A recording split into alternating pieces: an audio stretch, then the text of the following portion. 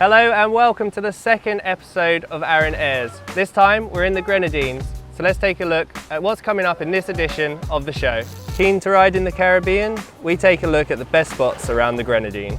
I head to the south of France for the first ever GKA Air Games. It's time to mix up your riding in the Hadlow Academy. We take a look at the key features of my signature harness. I catch up with good friend Sam Light. We've just finished up shooting the new section of Aaron Hadlow 20. We go behind the scenes. And finally, it's the public section, where we see the winner of the most stylish trick. So let's waste no time. I've heard a lot of good things about the Grenadines, but I had never had the chance to visit before. After finally visiting the area for myself, I can tell you what all the fuss is about. Take a look at this amazing location and find out about some of the spots around. When you look on the map, the Grenadines looks like there's many places to kite. When I first came, I thought you could just go anywhere. And the reality is, for foiling, for cruising, you can. But when you want to do some freestyle, there's a few main spots where you want to go. And we take a look at the few locations that we went whilst we were on our trip. The main spot on Union Island is outside JT Pro Centre, which is right by the airport. There is an outer reef that protects the water, so inside of here you have flat water. If you take a tack out, you'll find Happy Island where you can just park up with your kite and grab a drink. Watch out for the reef, but other than that, this should be the place where you'll find some of your best sessions.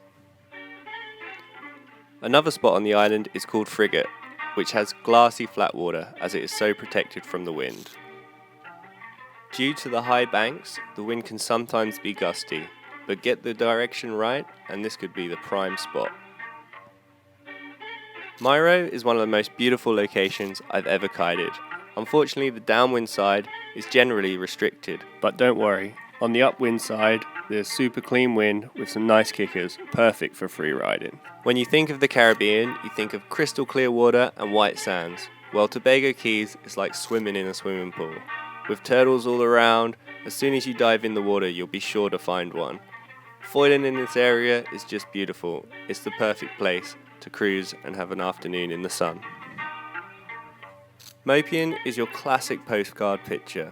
A small sand island with a single umbrella in the middle of the ocean. A great place just to check out and go for a cruise.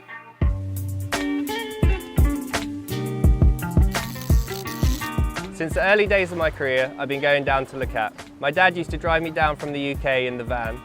Despite the harsh conditions, it's brought me some of my best competition memories. And this year there was a new twist, the dawn of a new tour.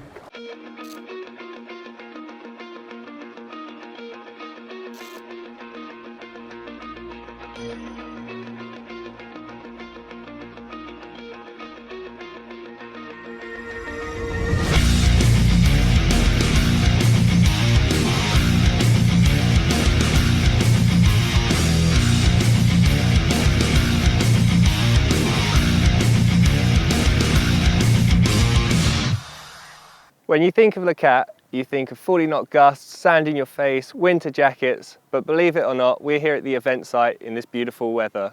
We're here for the GKA Air Games and it's a new event, the first of a new tour, and we're going to have a new format here as well. So I came down here with my friend Lewis Crathen. We're going to catch up with him and see what he thinks about it and what we can expect at this event. All right, we're down at the event site here. This is where all the action should be taking place. Unfortunately, there's not much wind. We've never seen it like this, have we? No, not in about 15 years. It's unbelievable. Well, you've been going through the rule book and you've seen the riders list. What do you reckon we can expect here?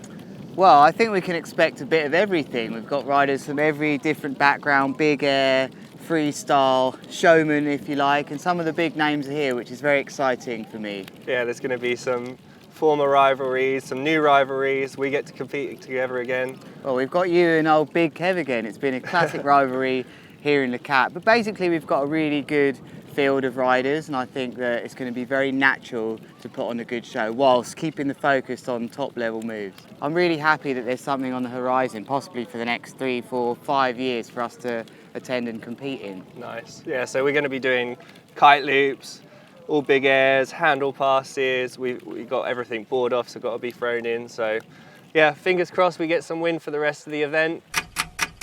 Well, I was hoping to bring you loads of great action from this event. Unfortunately, the wind hasn't showed up, and I don't think we're even going to be able to ride a heat.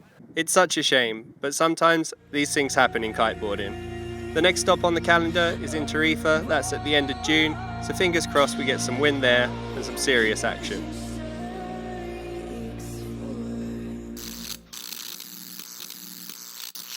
Now, if you're bored of the same old trick, or just want to add some style and variation to your moves, then you're in luck. In our new section, I'm going to show you a few different grabs that can totally change the look of your favourite move.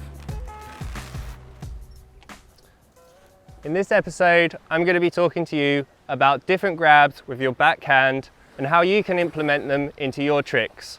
I'm going to be showing you the front to blind.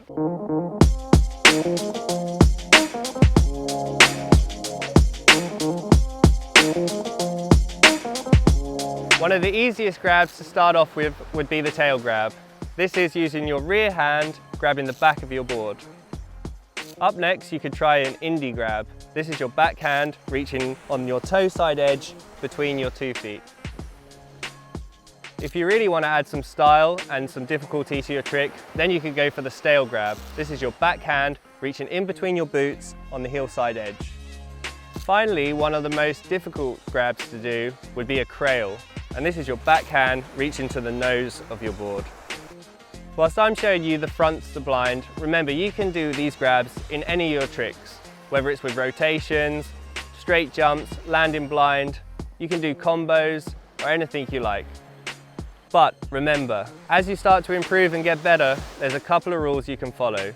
There's areas on the board that we call no grab zones. For example, if you want to grab for the tail, you want to grab right in the center, not here or here. So have fun out there switching up your favorite tricks with your new grabs. In an upcoming episode, I'm going to be showing you some front hand grabs.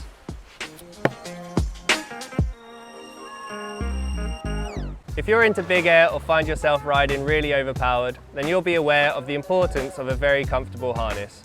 Now, over the years, I've been really lucky to work with some brands, but now with Ion, I've developed a harness that I couldn't be happier with. The harness is the connection between your body and your kite, so it's really important that you're comfortable and confident in it. With all these complicated names and features, it's easy to get confused. Carbon blade technology, flex hard shell, high performance pre-shape. What does it all mean? Well, I'm here to run you through my signature harness from Ion. Over the last few years, I've been developing this harness with Ion, and the main concept behind it is the hard shell at the back. Now, the whole idea behind it is to have a very stiff back. It's made of carbon, so it's lightweight and very strong. Having a hard shell allows the power of the kite to be distributed evenly across your back. When the kite is pulling, it stops the harness from squeezing into your sides, and then all the pressure is evenly loaded throughout your whole back, giving less pressure and a more comfortable ride. Obviously, around the edge of the shell, it's very sharp, and this is one feature on this harness that needed to be implemented. We've made it very soft and very comfortable around these points. The material on the inside is called EVA. With this, you're able to make some patterns and some grip, and this will stop the harness moving around. Between this and the hard shell on the back, there is some foam inside, and this is molded in the arch of your back, and this helps lock the harness into position and stop it rising up. So if you're looking for a lightweight, simple harness that locks into position and is super comfortable, then maybe this is the harness for you. Make sure to check out Ion's website, where you can see the full rundown of technical specifications and everything you need to know about the composite series. When I think of a rider that pushes trick variations and style, then a name that comes to mind is Sam Light. Now, despite being one of the least flexible guys that I know, he's still able to pull off some amazing grabs, so no excuses to you guys out there. When I was back in the UK, I met up with Sam to discuss a little bit more about his career. All right, mate, thanks for joining us. How's it going? I thought we would choose this location here at Liquid Leisure as a pretty appropriate place to meet up. Yeah. Well, I mean, how has this place kind of shaped you in kiteboarding?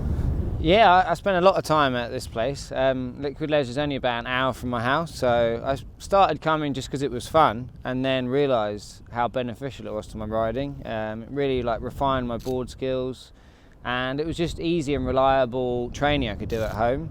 And then it was also a good opportunity as well, because I had access to this cable and they've always been supportive and they've got really good rails and stuff. So I always believe in making the most of what you have, and like some people have really good kite spots and loads of wind. We don't get really consistent wind in the UK, so when there's no wind, come down the cable part. Yeah, exactly. And then when it's windy, you go kiting. I think having the storms and the frontal winds we get here definitely shape me and makes me way more into the big air and high wind stuff than normal. Just because when the wind does come in the UK, we tend to get like big southwesterly fronts that is really strong wind. So a lot of the kiting we do in the UK is in strong wind. So yeah, I think that's made me into big air and wake style and freestyle, because Hayling Island also has really good freestyle conditions as well. So on its day when the sandbank's out, it's flat and great for freestyle, and then we get other days when there's big waves and loads of wind. So but yeah, we love it here. It is pretty cool. But yeah, and also we got the Triple S coming up, so that's kind of why I guess we're here at the minute. Yeah, getting a little bit of practice on. How's the event like evolving? I feel like the level's picking up over the last couple of years a lot. Definitely, and definitely like across the board the level's picked up. Now everyone, you know, people aren't even getting into final wood doing 7s and 9s. So yeah, it's getting more and more tough competition. It's going to be interesting actually, because there's a lot of riders that could potentially challenge for it. So yeah, we'll have to see. Yeah, it's good. Yeah, I'm looking forward to it. Hopefully, yeah, hopefully. Yeah, good luck in the Triple S, and let's maybe hit it. It's looking pretty perfect. Let's go hear that mega pool gap, mate.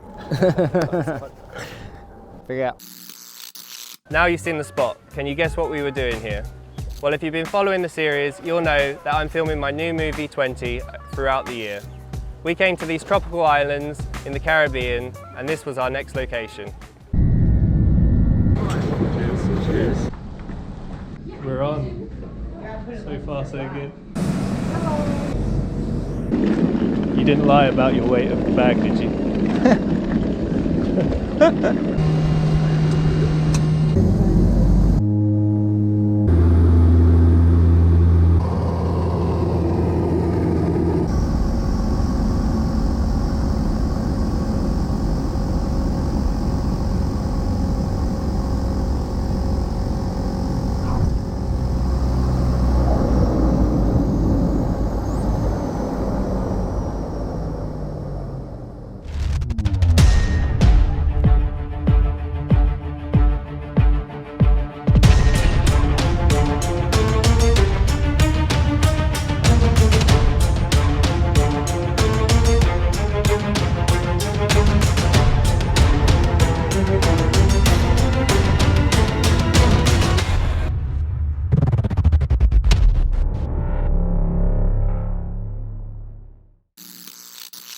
Now it's time to announce the winner of the most stylish trick. We've had an amazing amount of entries, but unfortunately there can only be one winner.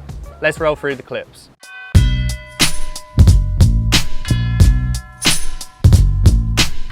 Thanks to everyone that entered. Once again, we've had such a great response. Let's run through the top 3 most stylish tricks. In third place, we have 12-year-old ripper VADIM MALISEV doing this front roll and tweaking it out on the way around. Second place, ISMAIL HAMAWY. He does a front roll flip off the beach to blind into the water. Before we move on, I want to do a quick shout out to Artem Garashenko. He sent through this Rocket Air Mobe, which is super stylish and creative. But seeing as we're teammates, unfortunately we can't give you the prize. Let's skip over to the first place. The winner is SCHMITT with this super big laid out front blind mobe. Congratulations, you are the winner of my Ion signature harness. Now, if you didn't win this time, no worries. In next week's show, you get the choice to win some Entity straps or a pair of North Kiteboarding boots. All you have to do is send your best clip or picture of you riding in the most idyllic or paradise condition. We're looking for anything, iconic locations, beautiful backdrops. Remember to send your clips or pictures to airs@aaronhadlow.com. Well, that concludes the show. If you enjoyed it, please feel free to share and subscribe, and I'll see you in the next episode.